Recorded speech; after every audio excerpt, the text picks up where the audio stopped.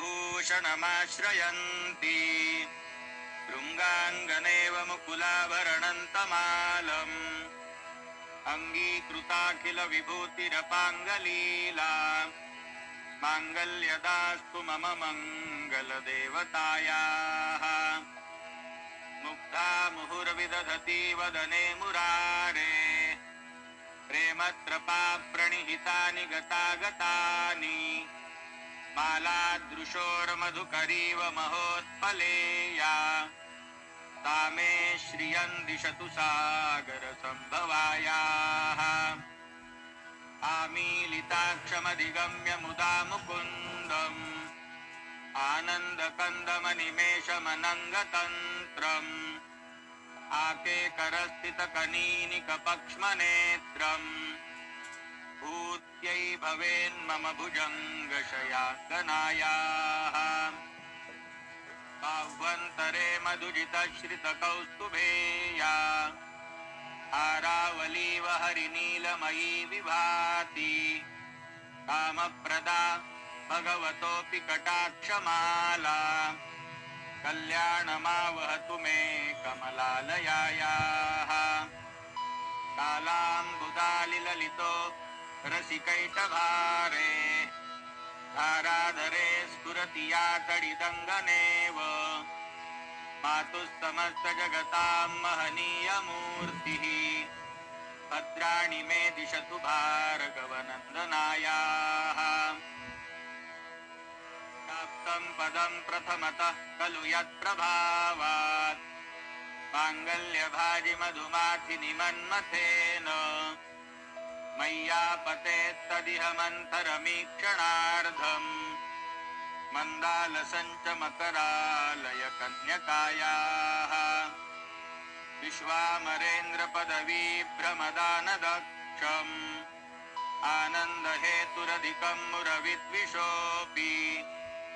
ईशन्निषीदतु मयि क्षणमीक्षणार्धम् इन्दीवरोदरसहोदरमिन्दिरायाः इष्टाविशिष्टमतयोऽपि ययादयार्द्र दृष्ट्या त्रिविष्टपपदं सुलभं लभन्ते दृष्टि प्रहृष्टकमलोदरदीप्तिरिष्टाम् पुष्टिं कृषीष्ट मम पुष्करविष्टरायाः दद्यादयानुपवनो द्रविणाम्बुधाराम् अस्मिन्न किञ्चन विहङ्गशिशौ विषण्णे दुष्कर्मघर्ममपनीय चिराय दूरम् नारायणप्रणयिनी नयनाम्बुवाहः गीर्देवतेति गरुडध्वजसुन्दरीति शाकम्भरीति शशिशेखरवल्लभेति दृष्टिस्थितिप्रलयकेलिषु संस्थिताया तस्यै नमस्त्रिभुवनैकगुरोस्तरुण्यै तृत्यै नमोऽस्तु शुभकर्मफलप्रसूत्यै रत्यै नमोऽस्तु रमणीयगुणार्णवायै शक्त्यै नमोऽस्तु शतपत्रनिकेतनायै पुष्ट्यै नमोऽस्तु पुरुषोत्तमवल्लभायै नमोऽस्तु नालीकनिभाननायै नमोऽस्तु दुग्धोदधिजन्मभूम्यै नमोऽस्तु सोमामृतसोदरायै नमोऽस्तु नारायणवल्लभायै नमोऽस्तु हेमाम्बुजपीठिकायै नमोऽस्तु भूमण्डलनायिकायै नमोऽस्तु देवादिदयापरायै नमोऽस्तु शार्ङ्गायुधवल्लभायै नमोऽस्तु देव्यै भृगुनन्दनायै नमोऽस्तु विष्णोरुरसिस्थितायै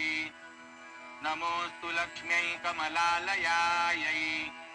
नमोऽस्तु दामोदरवल्लभायै नमोऽस्तु कान्त्यै कमलेक्षणायै नमोऽस्तु भूत्यै भुवनप्रसूत्यै नमोऽस्तु देवादिभिरर्चितायै नमोऽस्तु नन्दात्मजवल्लभायै संपत्कराणि सकलेन्द्रियनन्दनानि साम्राज्यदानविभवानि सरोरुहाक्षि त्वद्वन्दनानि दुरिताहरणोद्यतानि मामेव मातरनिशङ्कलयन्तु मान्ये यत्कटाक्षसमुपासनाविधिः सेवकस्य सकलार्थसम्पदः सन्तनोति वचनाङ्गमानसैः त्वां मुरारिहृदयेश्वरीं भजे सरसिजनिलये सरोजहस्ते धवलतमां शुकगन्धमाल्यशोभे भगवति हरिवल्लभे मनोज्ञे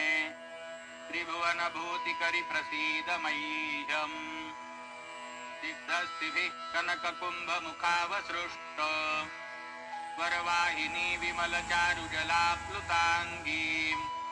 कातरनमामि जगताञ्जननीमशेष लोकाधिनाथ गृहिणीममृताब्धिपुत्रीम् कमले कमलाक्षवल्लभे त्वम् करुणापूरतरङ्गितैरपाङ्गैः अवलोकय मामकिञ्चनानाम् प्रथमं पात्रमकृत्रिमं दयायाः स्तुवन्ति ये स्तुतिभिरमीभिरन्वहम् त्रयीमयीं त्रिभुवनमातरं रमां गुणाधिका गुरुतरभाग्यभागिनो भवन्ति ते भुवि बुधभाविताशयाः देवि प्रसीद जगदीश्वरि लोकमातः कल्याणगात्रिकमले क्षणजीवनाथे दारिद्र्यभीतिहृदयं शरणागतं माम् आलोकय प्रतिदिनं तदयैरपाङ्गैः